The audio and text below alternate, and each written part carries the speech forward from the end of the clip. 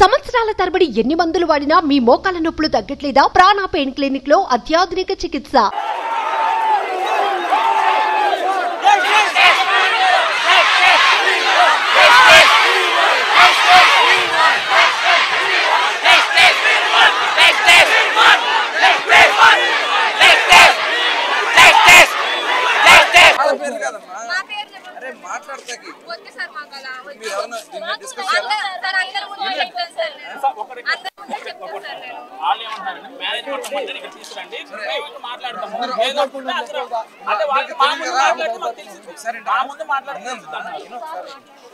అందరూ మాట్లాడాలంటే ఇలా ఉంటే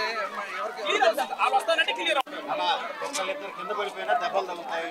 ర్యాంపేట్ అవుతుంది. అందరూ ఆడపిల్లలు ఏం భోజనం చేయాలి, ఇబ్బంది పడతారు. చాలా సీరియస్ గా ఉన్నారు. దీన్ని సాల్వ్ చేద్దాం, అంతేగాని ఇలా కూర్చొని అలసిపోతారు. ర్యాంపేట్ అవుద్ది. అది చేద్దాం.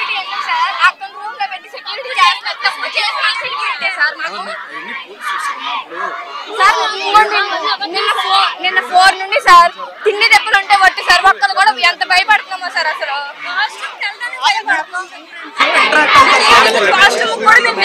చర్చించుకుంటే సొల్యూషన్ వస్తుంది, అరుచుకుంటే సొల్యూషన్ వస్తుంది. ఇప్పుడు ఆల్ అవుటర్స్ ఎయిటీటర్స్ ఎవరన్నా ఎవరు వచ్చి మాట్లాడతారు రమ్మనండి. ఎక్కడ రమ్మంటే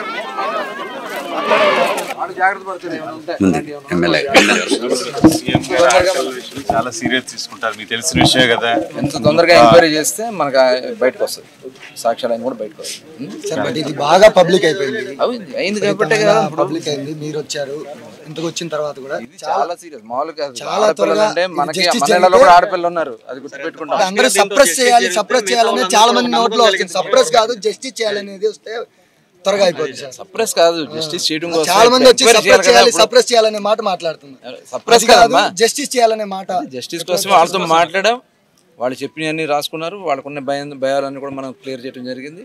ఇమీడియట్ గా పోలీస్ కూడా ఆల్రెడీ ఫైర్మెన్ కమిటీ వేశారు మహిళలతో. మీరు వచ్చాక మీ మీద కొద్దిగా నమ్మకం ఉంది సార్. స్టూడెంట్స్ కి న్యాయం చేస్తారు. కలెక్టర్ గారు వచ్చారు, ఎస్పీ గారు వచ్చారు, మినిస్టర్ గారు వచ్చారు. ఇది ఎంత ఫాస్ట్ గా అయితే మీరు దానికి జస్టిస్ చేయగలుగుతారు అంత నమ్మకం పోలీస్ డిపార్ట్మెంట్ ఎమ్మెల్యే ఎంపీ గారి మీద కూడా ఆ నమ్మకం కలిగింది. ఫాస్ట్ గా జరిగింది.